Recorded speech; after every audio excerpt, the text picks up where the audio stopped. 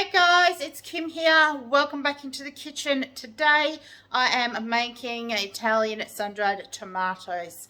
So this is a recipe. I've done some research into it and had a look at some different ways to do it, and this is the way that I have decided that I want to do it. You guys can check out other YouTube channels and see how they do it, but you'll probably find that the way that I'm going to show you here today is pretty much very similar to what everybody else does. But before I get started, I just want to let you know, for those of you who have lots of dehydrated tomatoes and do not know what to do with them, I'm going to stick a video up the top here. I'm going to stick a video on the end of this video showing you the different things that I do with my dehydrated tomatoes. And if you don't know how to dehydrate tomatoes, you'll also find that video as well on the end of this one, or go to my playlist and find the Preserving Your Harvest playlist in my channel. So in my pot of boiling water here, this is about 2 litres of water, and I have 1 cup of just a plain white vinegar. So in this basket of the dehydrated tomatoes, I am hoping for 5 jars.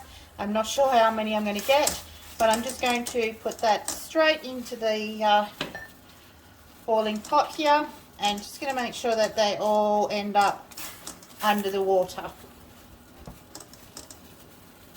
So when this comes back up to a proper boil, I'm just going to boil these for probably between 2 and 3 minutes, not very long.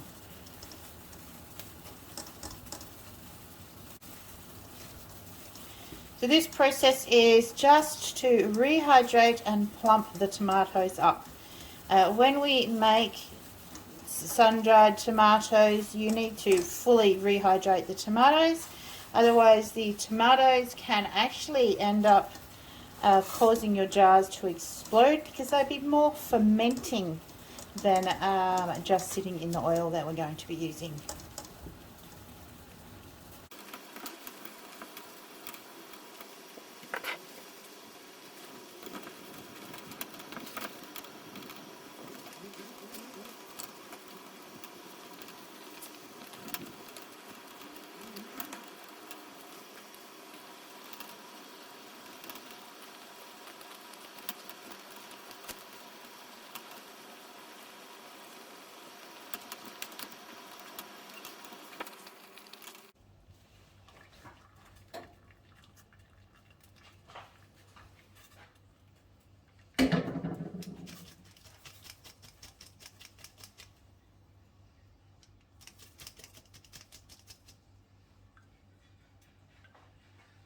So once we have them out of our boiling vinegar water, we need to dry these off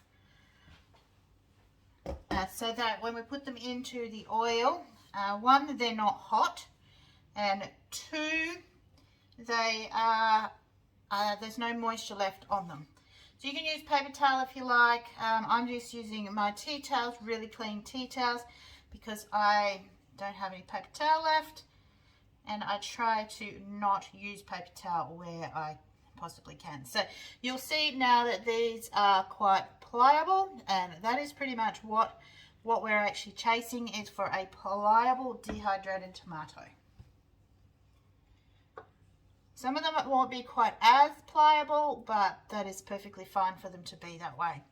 So I'm just trying to lay them out as singularly as I can. And then I'm going to pat them dry, and then I'm going to put them on this little rack I've got sitting here until they've cooled down and they look like that they have no more moisture on them.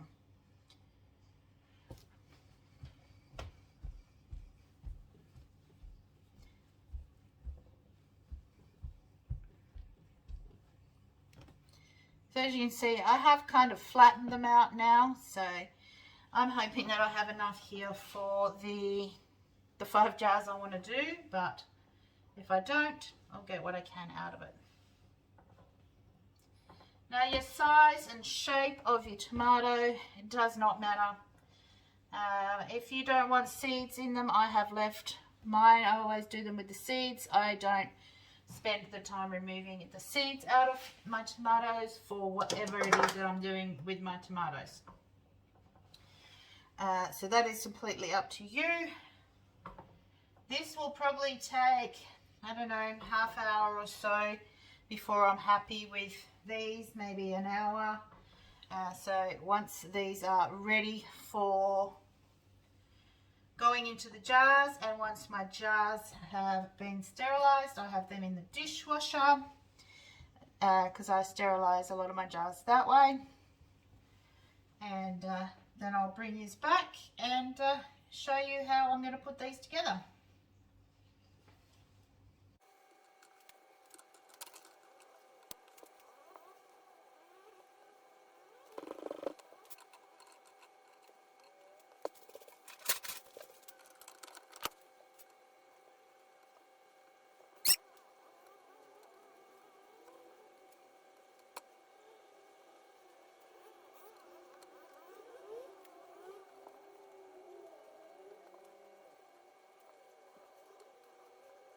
So before I put these sun-dried tomatoes together, I'm just going to go over the ingredients that I am putting into it, and so I can show you what I'm putting into it, and then I'm just going to show you how I put them all together. So I'm going to make some with mixed herbs. I'm going to use mixed herbs in one of them as my flavoring. This has all the different flavors of herbs in it, so that will be one of the flavors I'm using. Another one I'm going to be doing is an Italian herb mix. And what I'm going to do to one batch, I'm not sure whether I'm going to make it the mixed herbs or some Italian herbs in there, but I'm going to add some chili flakes just as a different flavor and see how that taste of the chilies come through on it. So the other ingredient that I'm going to be putting in to these is just some fresh garlic. Now you don't have to slice these up, but I've sliced them up because they were quite big pieces so that they will kind of just slot into all the little gaps. So the ingredients are very simple. Use whatever herbs you want. It's better to use dehydrated herbs than it is fresh herbs because they are full of moisture, which can cause things to ferment rather than just absorb the flavor of them. Now when it comes to oils, it is important to make sure that you are using the best quality oil that you can possibly afford. Now this is a bottle of extra virgin olive oil. It's quite a strong flavor oil, probably better with a light flavored oil, but this is the one that I have. I get these from Aldi's. They're about $20 for this 3.7 litre bottle, and I don't go through these overly quickly, but they are definitely worth what I'm paying for it. So olive oil is the better oil. So olive oil is probably one of the best oils to use, just for the fact that it is not got blended in with any other types of oils that might cause your ingredients and so forth to have a reaction to the oils itself. So those are the ingredients that I'm going to be using. It's going to be simple and easy to put it together. So as soon as my jars and my tomatoes are ready to be jarred up, I will show you how to do it. So guys, I've had one of those weeks where my children have come up to visit for the weekend and doing all sorts of things around the house, making noises in the background. So I decided again I'm going to have to do a voiceover for you guys as well. So as you can see, I am filling up the first jar here. I didn't get as many jars as I was hoping to. I wanted 5, but I only had enough for 3. But this one here is a close-up for you guys to see. So you can see that I'm just layering it, putting the herbs in, putting some garlic in, putting some dried tomatoes in, and then I'm getting to about halfway, and then I'm just going to top it up with some oil. I'm using a wooden spoon just to make sure that everything is being pushed down and the air bubbles are coming out of the jars as well. So so just keep doing that. I ended up with 3 jars, one with mixed herbs, one with Italian herbs, and then one with the herbs and the chilies that I'll put into it. It was super easy, super quick. Once the tomatoes had dried off and were ready to be used, they just threw them into the jars.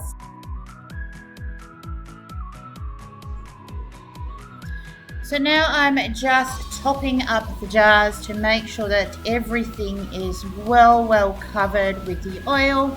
And in a couple of days' time, I'm going to come back and check the oil levels just to see whether the tomatoes have absorbed any of the oil, and I will keep checking them for probably about a week and top them up when required.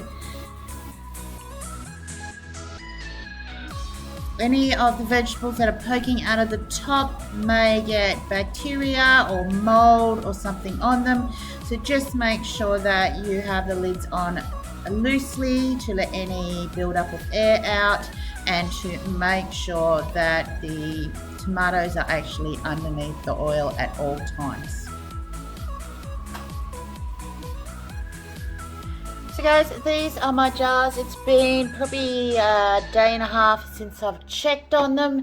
I actually can't find the lids that belong to these jars, so I'm just using some Moccona jar lids. These are the smaller size ones. They are sitting on here really quite nicely, letting any air in or out. So you're not sure whether you'll be able to see, but this specific jar, the Italian one here, you can see that the oil has dropped out of there, so I'm going to have to give that one a top up. And the other two, they look pretty good and they haven't dropped in their oil, so I'm just going to keep checking on these every couple of days or every day. They're sitting on my kitchen bench, so I should be able to see them every day, and just checking to make sure that everything is under the oil and topping them up when needed. These will sit for probably 2 weeks or so before we give them a taste test. Thank you guys so much for joining me here in the kitchen today. Please don't forget to check out the links on the side here and push that subscribe button up on the top there. And hopefully we will see you again in the garden, the kitchen, or wherever else we happen to meet. Till next time, happy cooking.